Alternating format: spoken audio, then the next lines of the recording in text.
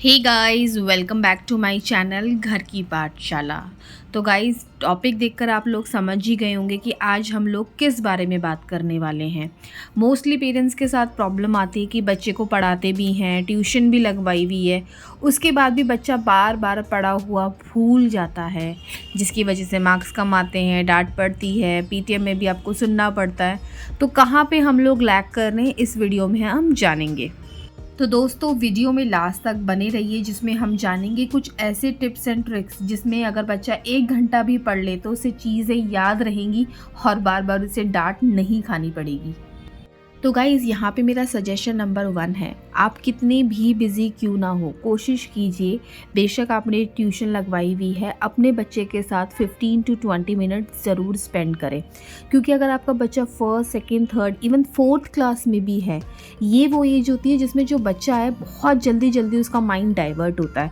तो एक हैबिट बनाने में आपको ज़्यादा से ज़्यादा टाइम अपने बच्चे के साथ देना होगा।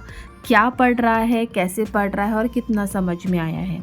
बेशक वो ट्यूशन से पढ़ के आया, but this is again your responsibility कि आप उसको क्रॉस चेक करें और उसके साथ बैठें। मेरा टिप नंबर 2 है, कई बार होता है कि बच्चे जो पढ़ते हैं वो सिलेबस का एक छोटा सा हिस्सा होता है। अगर आपको लगता है कि बच्चा उसमें ज़्यादा इंटरेस्ट दिखा रहा है तो उसी टॉपिक को आप डीपली अपनी लैंग्वेज में एक्सप्लेन भी कर सकते हैं। ज़रूरी नहीं है आप सिर्फ जो उनका टॉपिक है, जो उनका सिलेबस है, उसमें सीमित रह जाएं। अगर आपका बच्चा इंटरेस्ट दिखा रहा है तो आउट ऑफ द बॉक्स भी जाके, आउट ऑफ द सिलेबस भी जाकर उसको एक्सप्लेन कर दीजिए, ताकि बच्चे को वो चैप्टर, वो टॉपिक अच्छे से क्लियर हो जाए। मेरा टिप नंबर 3 है बच्चों के स्टडी पैटर्न को लेके। जनरली हम बोलते हैं ऐसे बैठो, पेंसिल लेके बैठो, कॉपी किताब लेकर बैठो, तभी पढ़ाई होती है। This is the general rule जो हम लोगों ने बहुत पहले से फॉलो किया हुआ है, लेकिन मुझे लगता है टाइम के साथ साथ ये चीज़ें भी बदलनी चाहिए। आपको लगता है कि आपका बच्चा उतना इंटरेस्ट नहीं दिखा रहा है, इन चीज़ों से दूर भाग रहा है, तो आपको पढ़ाई का, उसका स्टडी का पैटर्न चेंज कर देना चाहिए। आप with the help of videos बच्चों को समझा सकते हैं, with the help of images बच्चे को समझा सकते हैं।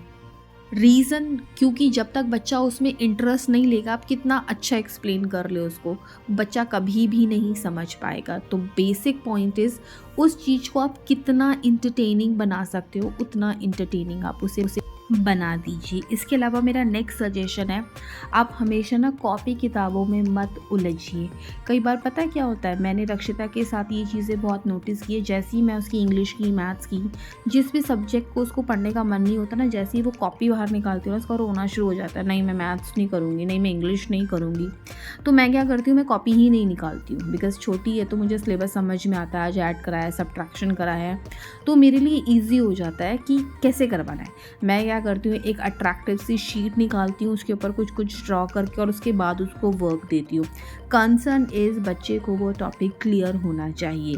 Instead of rough copy, tuition की कॉपी या फिर स्कूल की कॉपी में करने की बजाय वो उन पे करना ज़्यादा पसंद करती है, वो भी खुशी खुशी। और जब उसको वो चीज़ आ जाती है ना, अरे मम्मा मुझे तो ये चीज़ आ गई, फिर वो स्कूल की नोटबुक में भी कर लेती है। तो पॉइंट इज़, बच्चे को हंसते खेलते इंटरटेनिंग वे में आप उसको करवाइए, समझाइए। बच्चा 100% आपका 100% उस पर जो अपना है आंसर देगा।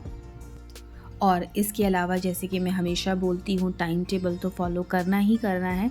साथ में आप अपने बच्चे को ऐसा माहौल भी दीजिए जिसमें उसको स्टडी करने में हेल्प मिले। ऐसा नहीं होना चाहिए दूसरे रूम से म्यूज़िक की या टीवी की आवाज़ आ रही है, या फिर आप कुछ उस तरीके की बातें कर रहे हैं जिसमें बच्चे का माइंड डाइवर्ट हो रहा है। इंस्टेड ऑफ 1 घंटा 2 घंटा, मैं कहती हूँ बच्चा आधा घंटा पढ़े, बट फुल ऑफ कॉन्सेंट्रेशन के साथ पढ़े, जिसमें being as a mother, being as a father, आप लोगों की रिस्पॉन्सिबिलिटी है कि उसको वो स्पेस दें।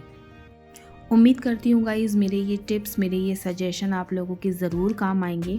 अगर आपके कोई सजेशन है, कोई टिप है, मुझे देना चाहते हैं, मेरे बाकी सब्सक्राइबर को देना चाहते हैं, तो कमेंट ज़रूर कीजिएगा और प्लीज़ चैनल को ज़रूर सब्सक्राइब कीजिए।